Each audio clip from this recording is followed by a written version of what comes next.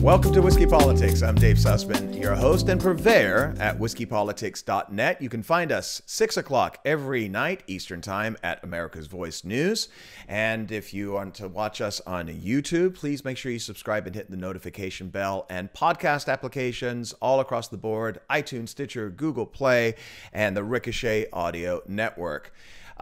Recently the Senate Intelligence Committee's report came out showing that after a year of looking into this whole idea of Russian collusion, they didn't find any. No collusion whatsoever. And that was nearly 1 year after the House committee showed the same results.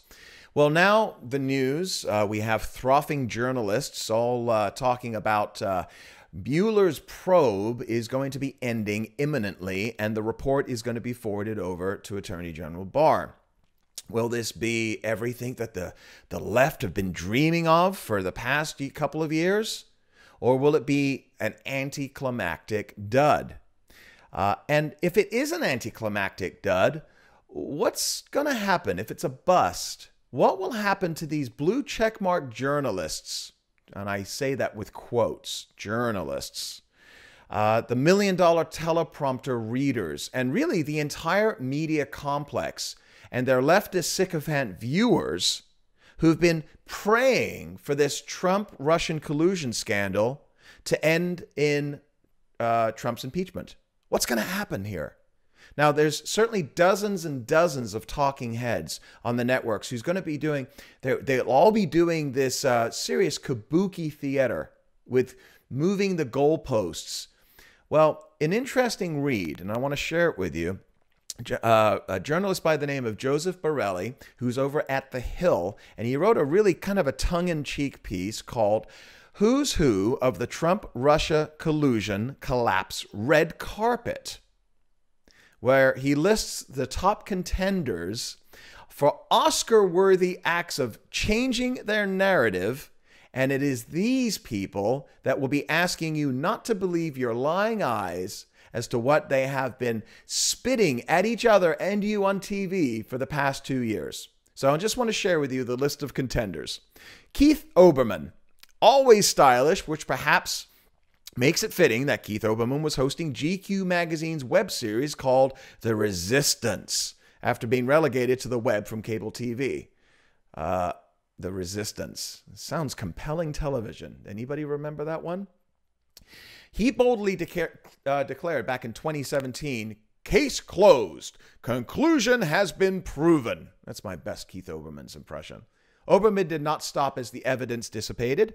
My amateur count shows more than half of the 147 episodes of Season 2 of The Resistance focused on some combination of Trump, Russia, and Mueller. Chris Hayes, the bespectacled MSNBC anchor, has gone all in on Russia collusion, routinely allowing guests to go unchallenged and making wildly absurd claims. For example, recall the tough line of journalistic inquiry when New York Mag's Jonathan Chait asserted on his show that Trump may have been a Russian asset since 1987.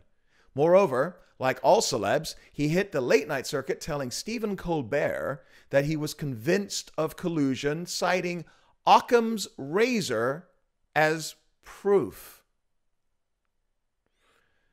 Ana Navarro, CNN's go-to Republican. What?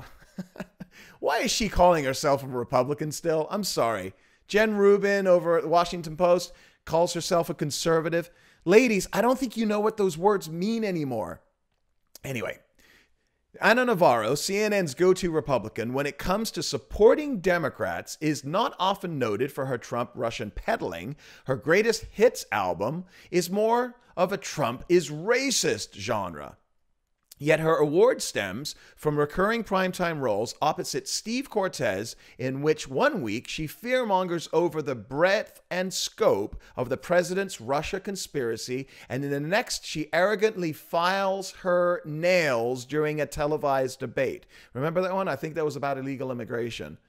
What style? What class? Seth Abramson.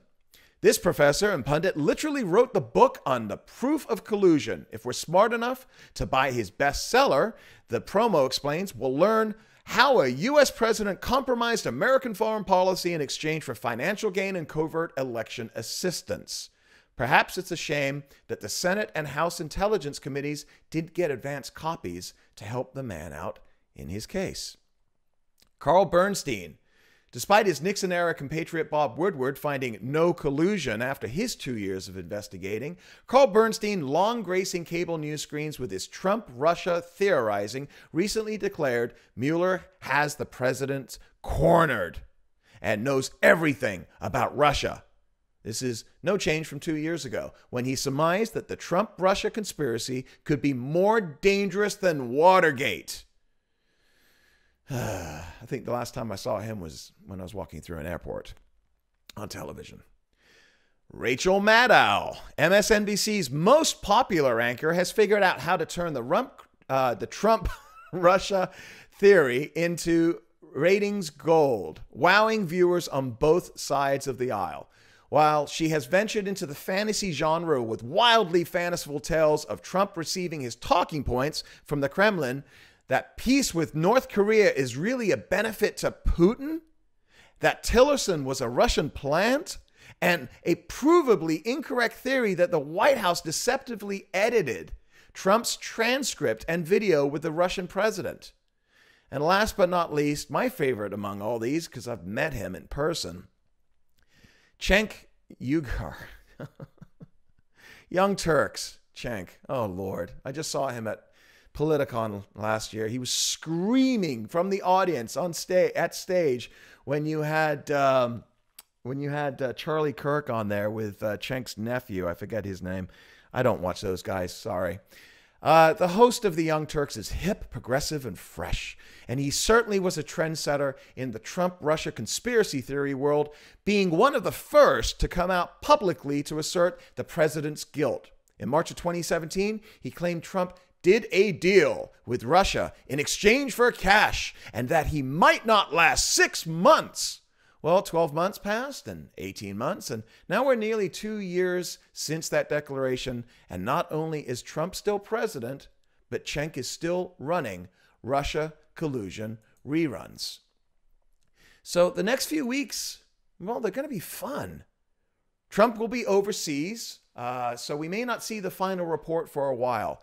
But grab your popcorn, sit back, and get ready for some serious revisionist history. Because whatever comes out of this report, I think not much is going to be coming out of it. But if nothing comes out of it, they will find a way to change the narrative. They will find a way. Just watch it. Sit back and enjoy the show. It's going to be fascinating. Or maybe not. We'll see. But to talk about this and all the other issues that are going on this last week, it's been an incredible week for news. Returning to Whiskey Politics today is our good friend, John Hinderaker, president at the Center of the American Experiment, which you can find at americanexperiment.org. And he's also founder of one of my favorite blogs, powerlineblog.com. Some of the most interesting reading you will find out there on the interwebs. And you can also find John at it's actually Jay Hinderaker, his Twitter feed.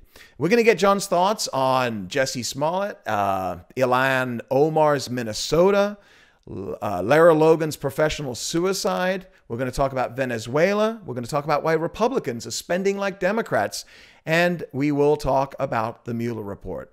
So we'll be right back after this break. Go get yourself your favorite adult beverage and enjoy the interview with John Hinderaker. We'll be right back. Thanks for joining us.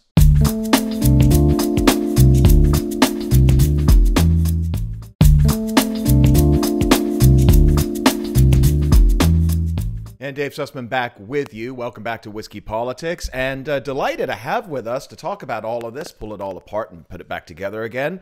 Returning is John Hinderaker. John is the president at the Center of the American Experiment. That's americanexperiment.org. And the founder of Powerline blog. I said Powerline blog, right? Powerlineblog.com? Yeah, the URL is powerlineblog.com. Okay. And some of the most interesting information online that you will find. How are you doing today, John? Just great. Great. Thanks for joining us. So a couple of things. I wasn't planning on talking about this with you today, but it's just all the news that there is right now, and that is this Jussie Smollett thing. You know, Booker, Kamala Harris, Elizabeth Warren, and the Twitter outrage mob. The list of the fake outrage hate crimes, all using homophobia and anti-Semitism and Islamophobia and racism, all somehow get assigned to Donald Trump and those that support Donald Trump. These people obviously have Trump derangement syndrome. We can laugh at it, but at the same time, listen, when you have a C-list actor that comes out that nobody's ever heard of until last week, and the media support him and the politicians support him in the way that you do, so close to a Covington, do you think this gives them a moment to pause and say, wait a minute, maybe we should, take a moment here? Well, it certainly ought to, Dave, but I don't think it will. I mean, the fact is, these racism hate crimes they almost always turn out to be hoaxes. In the last few weeks, people have put together long lists of hoax hate crimes. You can go back to the Duke lacrosse team, and others from the past. But time after time after time, they turn out to be hoaxes. And this one, in my mind, really stood out as being utterly implausible. The story that this guy told was so far-fetched. He's walking around, 2 o'clock in the morning, it's freezing cold, 5 below or something in the Navy Pier neighborhood of Chicago.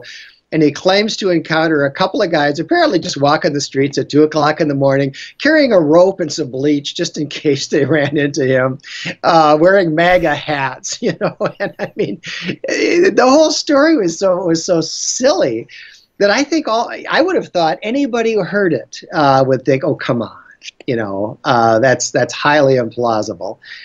And so what do you think, Dave? Let me ask you. I mean, do you think that the Democratic politicians and the media figures and so on who played this to the hilt and used it to indict conservatives, do you think they really believed the story, or is this sheer opportunism?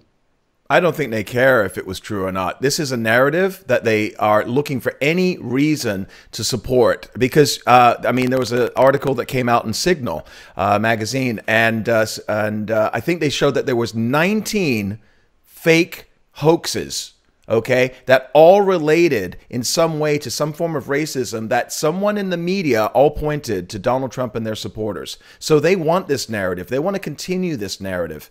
And, if you are right of center outside of their bubble in New York City and Washington, D.C., you are the enemy because they don't know anybody like you, John. They don't talk to anybody like you at their cocktail circuits and their educational upbringing and everything else that they've been raised with to think like you. They're thinking like themselves. And so anybody that's different from them has got to be a racist because they're all telling each other that you are. So this supports it. Well, I think that's right. One thing we've learned about liberals is they don't embarrass easily.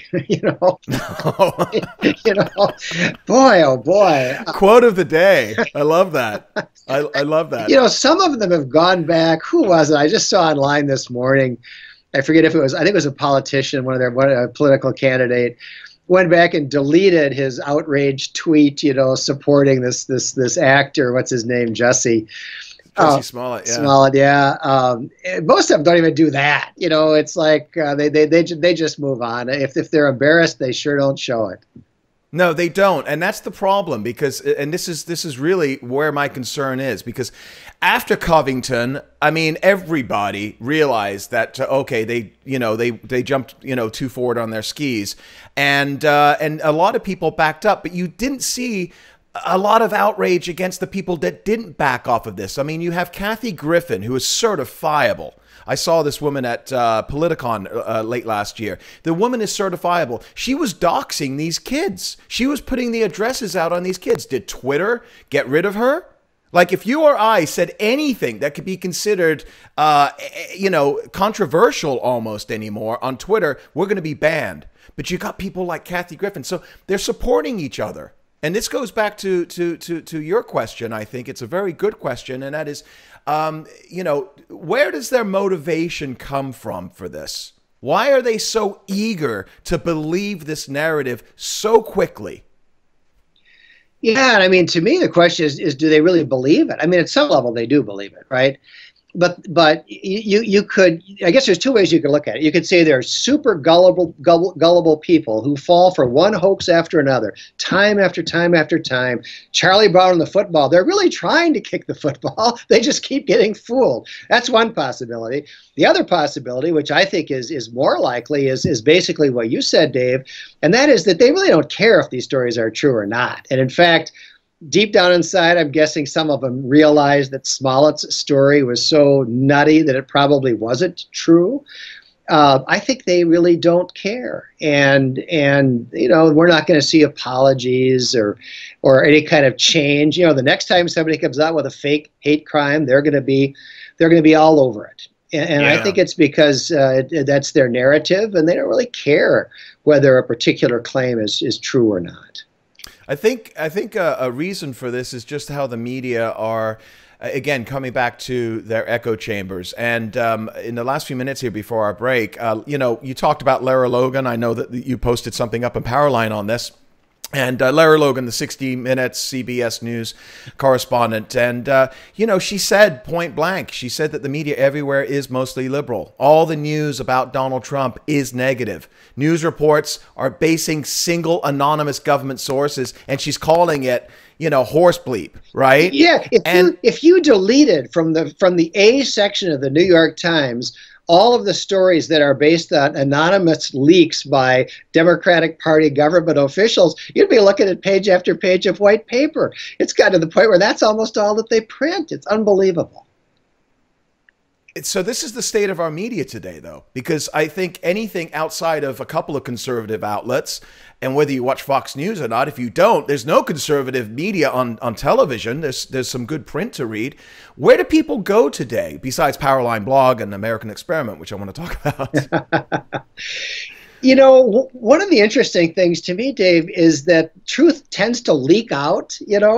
I sometimes wonder, because you're absolutely right. The left controls everything. They control the schools, and they control the Hollywood, and they control the press, and Fox News obviously plays a significant part. But even the highest rated cable news shows are not all that high rated. No. Compared to the adult population. A couple of 3 million people, right? Or the number of people that are watching some sitcom. I don't know, but somehow, whether it's on the internet through sites like mine, Powerline and Instapundit, Breitbart, various others. It does seem like somehow the truth keeps leaking out, despite the best efforts of the liberal press to suppress it.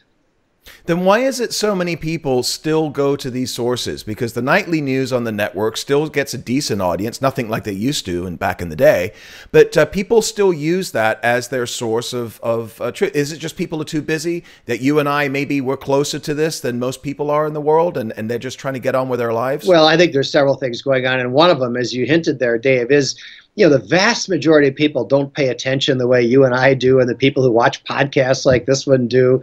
There are some people who are really well informed, but I think if you stop people on the street and started asking them about the real scandal of 2016, which was the effort to meddle in the presidential election by the FBI and the CIA, and then the ongoing efforts after the election to disable President Trump's administration, I'm guessing a high percentage of people would have no idea what you're talking about. Yeah. And I think in large part it's because most people just frankly don't pay that much attention. That's a shame. And that's one of the biggest problems I think we face as we do move forward with this extremely divided culture, and political and sociological. It seems to be getting more divided. So I want to talk a little bit more about this and how your state, Minnesota, may be playing a role in some of that division. Right after the break, we'll be right back with John Hinderaker over at Powerline Blog and the Center of the American Experiment. We'll be right back. Dave Sussman on the other side.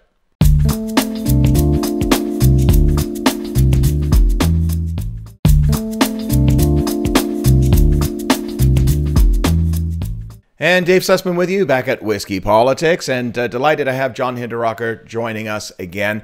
I want to start with something in this segment with you that we discussed the last couple of times that we had you on the show, and I think that relating to the changing demographics in Minnesota, how Somalian refugees have settled in your great town of Minneapolis, outside of Minneapolis, and now we're starting to see the results of that on a national level.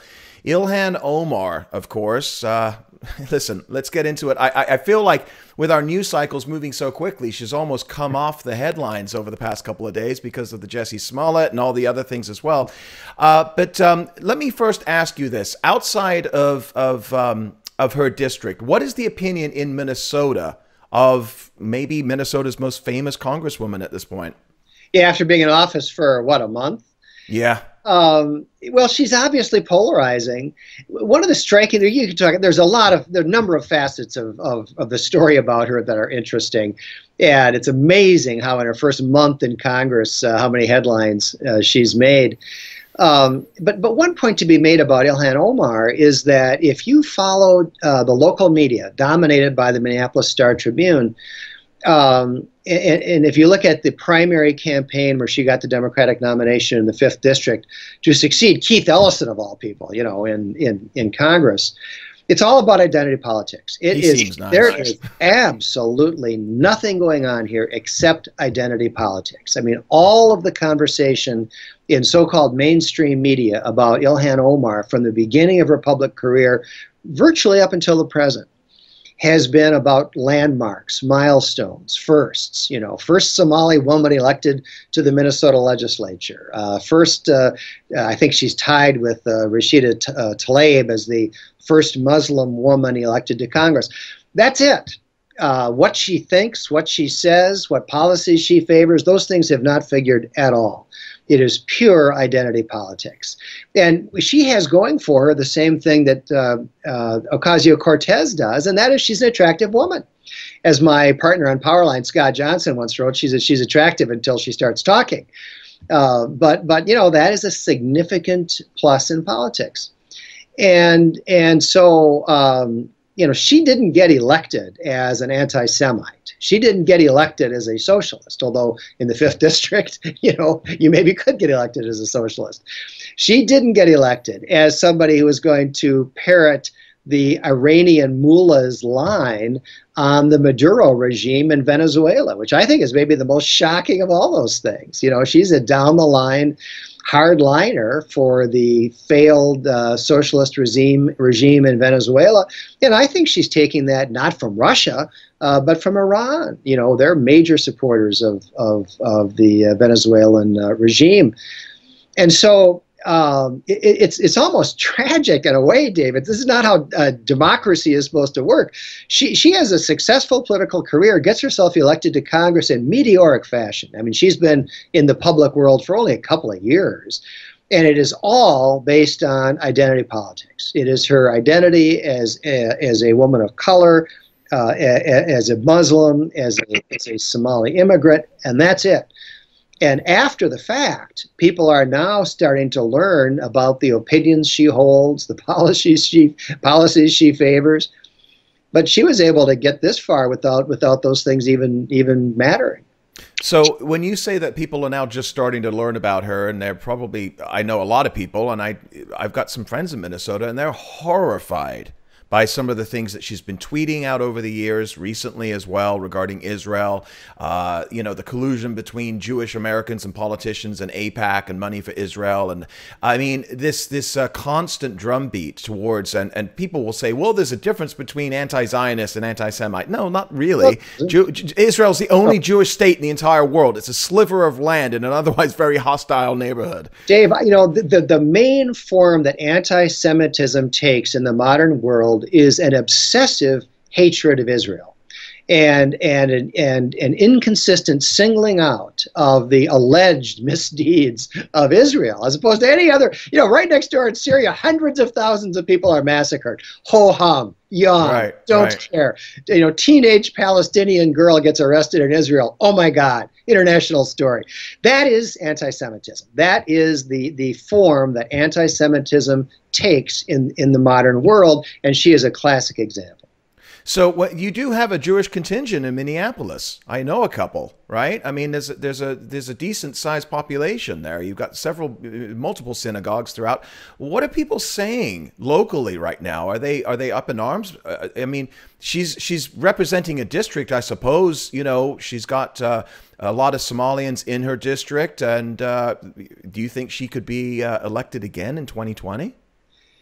Yes. Oh, absolutely. She's got to get the Democratic nomination. If she gets the nomination, she gets the seat. You know, there has been some pushback. The Star Tribune, as I mentioned earlier, has basically just run interference for her throughout her brief public career. They did run an editorial mildly admonishing her, you know, for being insensitive or not politically savvy or whatever in some of the things that she's tweeted about the Jews and about Israel and about AIPAC. I think privately there's a lot of concern. The Jewish community in the Twin Cities is actually quite small, but you know, but rather influential. Certainly in the DFL party, it has been historically. And Jews are relatively concentrated in the 5th District, which is Minneapolis and first-tier suburbs. The town of St. Louis Park, you know, which historically has been the home of people like Al Franken and a number of others. Tom Friedman, you know, is from St. Louis Park. Sure. You know, so within that small community, yes, there's been a lot of concern expressed, some outrage expressed.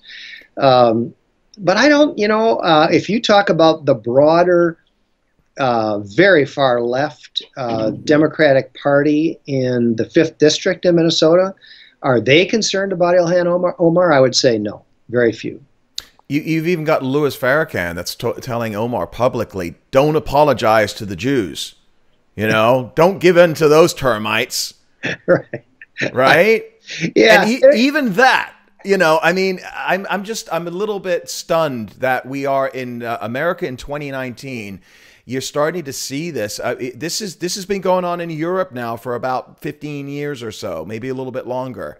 You know, this multiculturalism experiment that was taking place is obviously having an impact. You're seeing it in England firsthand, from my former hometown. You think this is going to continue spreading in America? Well, it has been spreading on the left.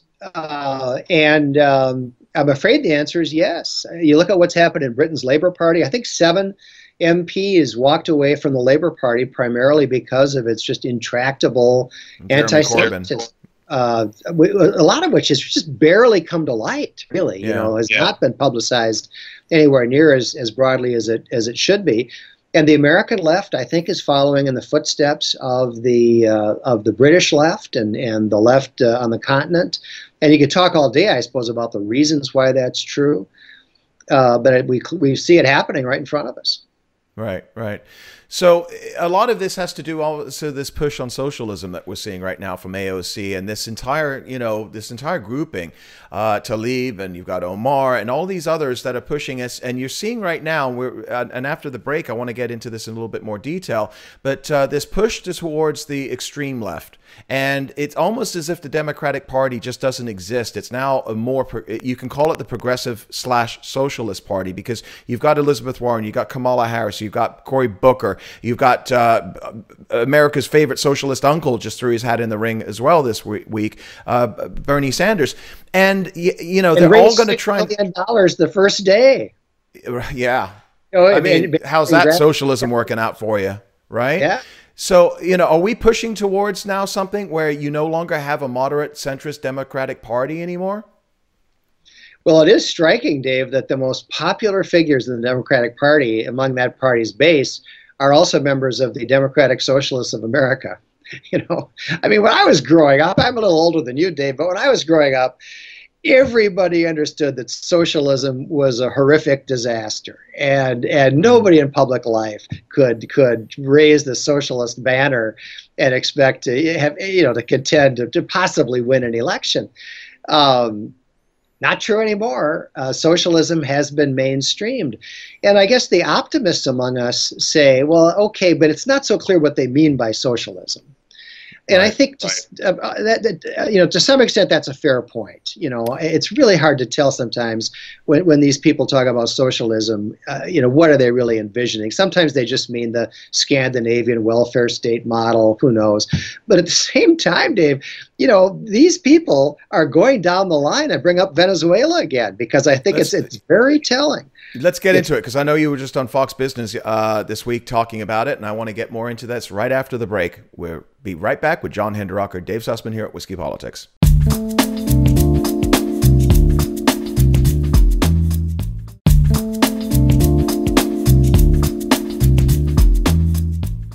And Dave Sussman back with you at Whiskey Politics. And again, you can find us at America's Voice News and YouTube. And for your audio podcast files, you guys can listen to us over at the Ricochet Audio Network and all of your favorite podcast applications, including iTunes. So, John Hinderaker, you were just on Fox Business this week and Liz McDonald's show, I believe, and you were discussing the embarrassment that is Venezuela's failed socialist regime and at how it has become, for American socialists, something that they are trying to just sweep under the rug. They, this situation with Maduro's corrupt, oppressive regime, they don't want to talk about this. Well, they're not doing socialism right. We're going to do socialism right over here, right? Yeah, yeah, right, exactly. Well, there's a number of things going on here, Dave. For one thing, President Trump, with his very shrewd instincts, sometimes he can, sometimes there's a lot of self-inflicted wounds, but there's also a lot of political shrewdness. And he was very smart to start talking about Venezuela in the State of the Union and watch the Democrats sit on their hands. And I think he was very smart to give that big speech in Miami a couple of days ago about Venezuela and really hold the Democrats accountable. They want to talk about socialism. Hey, they brought it up. He didn't, but you want to talk about socialism? Yeah, let's talk about Venezuela. Is that really what you want here? And I think the timing of the Maduro regime's collapse is really unfortunate for a Democratic Party that views socialism as the next big thing. But, here again, Dave, it's not too many years ago when no mainstream Democrat would have thought that he had to defend North Korea or Albania or Cuba, some other failed socialist regime. But it's been really interesting to me that the very people who are on that progressive fringe, who are the ones that the base likes the best, and I'm talking about Bernie Sanders and Ocasio-Cortez and Rashida Tlaib and Ilhan Omar, they are actively defending the corrupt, oppressive Maduro regime. They're hearkening back to, past interventions in Latin America by the U.S. They are falsely characterizing Juan Guaido, the head of the National Assembly, as a right-wing extremist, which is ridiculous. I mean, it's absolutely absurd. But these people who are the standard bearers for the progressive wing of the Democratic Party, clearly where that party is going, really do stick up for Venezuelan socialism. I think it's a mistake. I think it's something that President Trump is going to continue beating on. But that's where we are in 2019. They keep doubling down on this, and the problem is that you've got this younger generation. We talk about this a lot here on my show, where you've got this Generation Z following the millennial generation. The millennial generation is by far the most liberal generation in probably recent, going back to probably 50, 60, 70 years. I don't know, but this Gen Z that's following them behind, there's a lot of reports that are saying some of them are a little bit more conservative. Some of them are taking a look at what they're talking about by espousing these socialist views with an eye roll. They're just, we had Karen Sigmund on from American Freedom Alliance, and she also teaches at high school, and she says everybody now is using the word racist almost as if it's a joke. Oh, that's just so racist, right? And this is what the left have done, where they've diminished the terms of Nazi and racism. You know, it doesn't mean anything anymore. So do you think the pendulum swings back from where we are right now with this these millennials that are now pushing this socialist philosophy, where in 20, 30 years, it can either go much, much worse or we can pull back from it?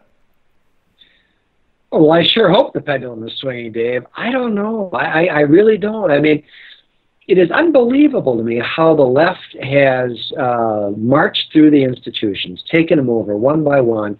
You know, I knew the colleges were bad, but only relatively recently have I come to understand that what's really bad is the high schools, the middle schools, even the elementary schools. I mean, my organization, Center of the American Experiment, did a big expose last year on the public school system in a Minneapolis suburb that historically has had this, you know, nationally esteemed, supposedly top-notch public school system.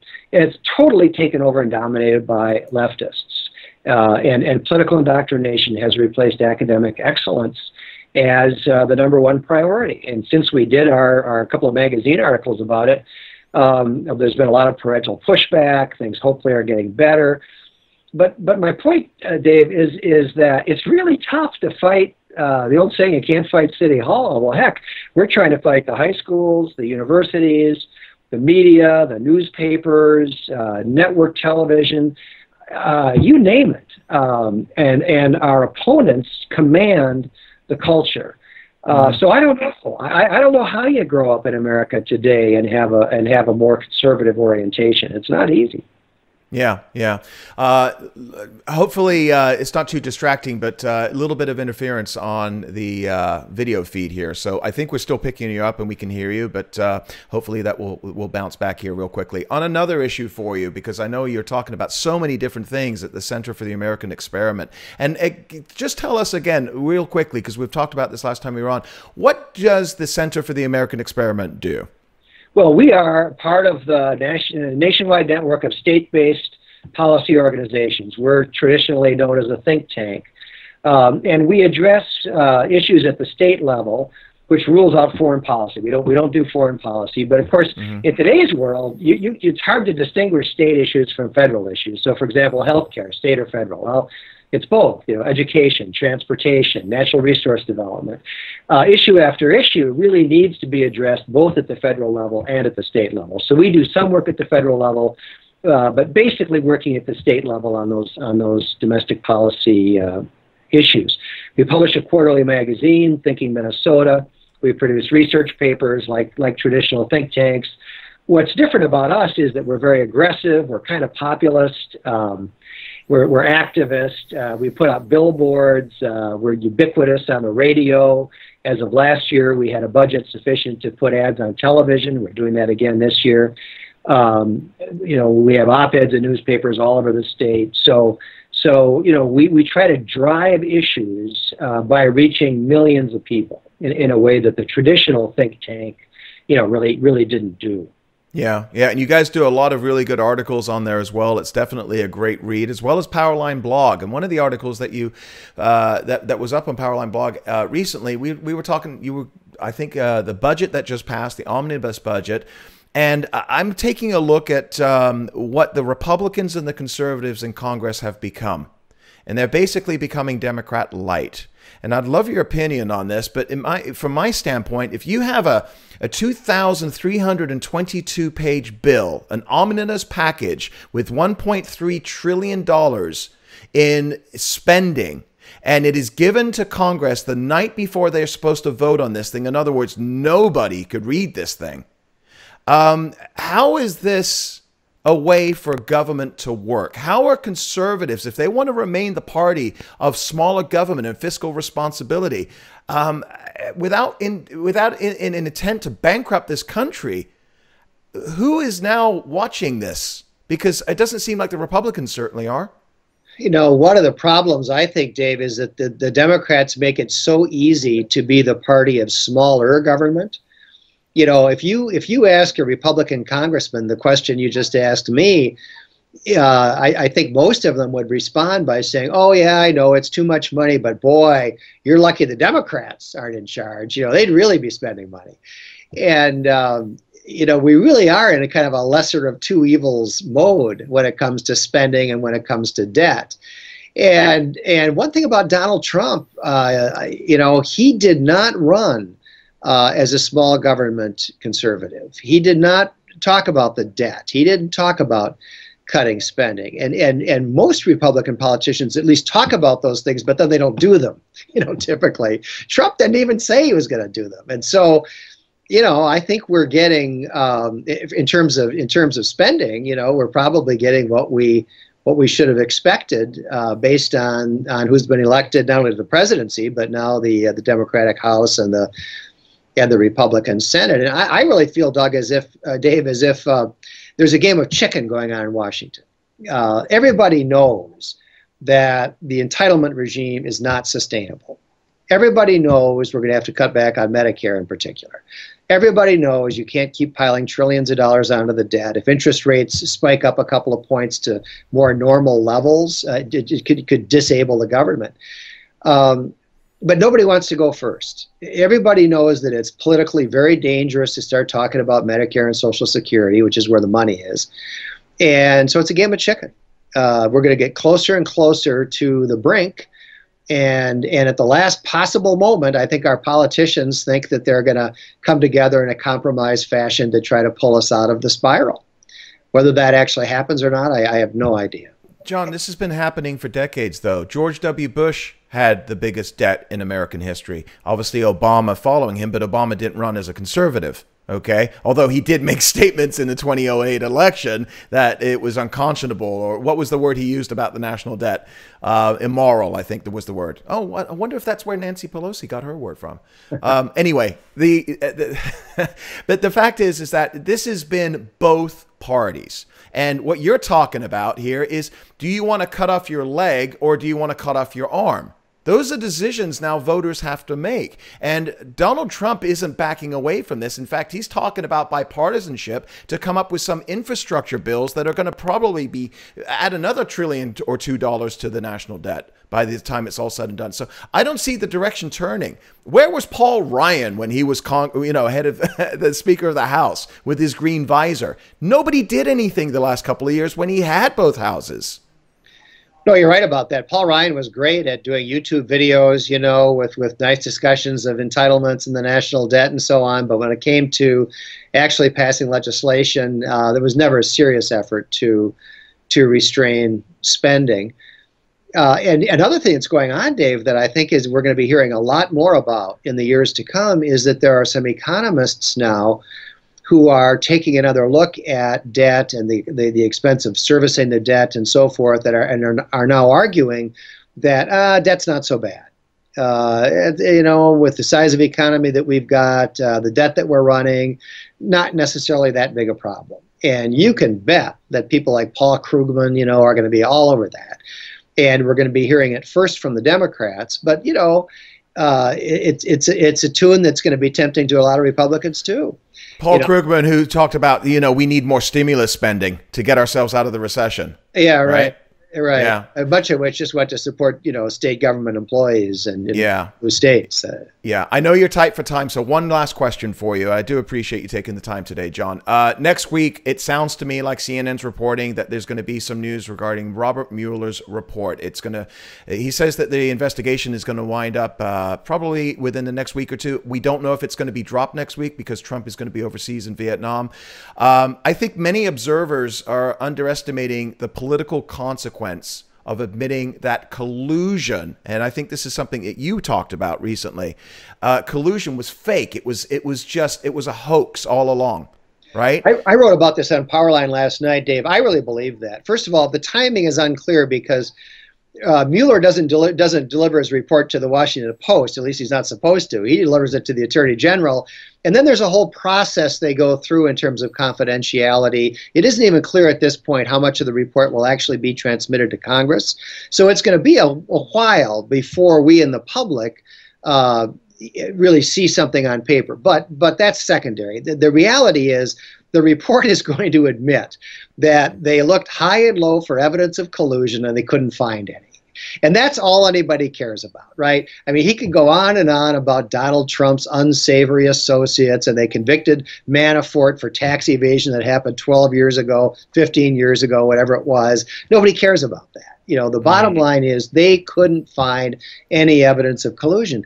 And I think that's going to have political consequences. What political consequences? Do they admit it, or do they just pretend to walk away with crickets like they did with the hoaxes in the media? Well, when you say they, I mean, I don't expect the left to admit anything, right? But there's a lot of people out there, and again, these are people who, for the most part, who probably don't follow the news as intensively as the people do who watch this podcast. But there's a lot of people out there, if you look at the polls, who believe that the Trump campaign did collude with the Russians or may have colluded with the Russians. I think a majority of Democrats say they believe that, and a significant chunk of independents say they believe it. And I think when that, and it's a hoax perpetrated by Fusion GPS, paid for by the Hillary Clinton campaign. It's unbelievable that we have been put through this misery by, what's his name, the guy that runs Fusion GPS, and Christopher Steele and Hillary Clinton. Yep. You know, and I do think when people realize that the whole thing has fizzled out, there was never anything to it, it wasn't true, I think that is going to be a significant lift. I think this is a weight that has dragged down the Trump administration. I don't think that President Trump has gotten anywhere near the credit he deserves for his achievements, both in domestic policy and in foreign policy in the last 2 years. And I really think that this is going to help. I think a lot of people, when you remove that weight, that cloud, I think it's a significant plus for the president and generally for the Republicans.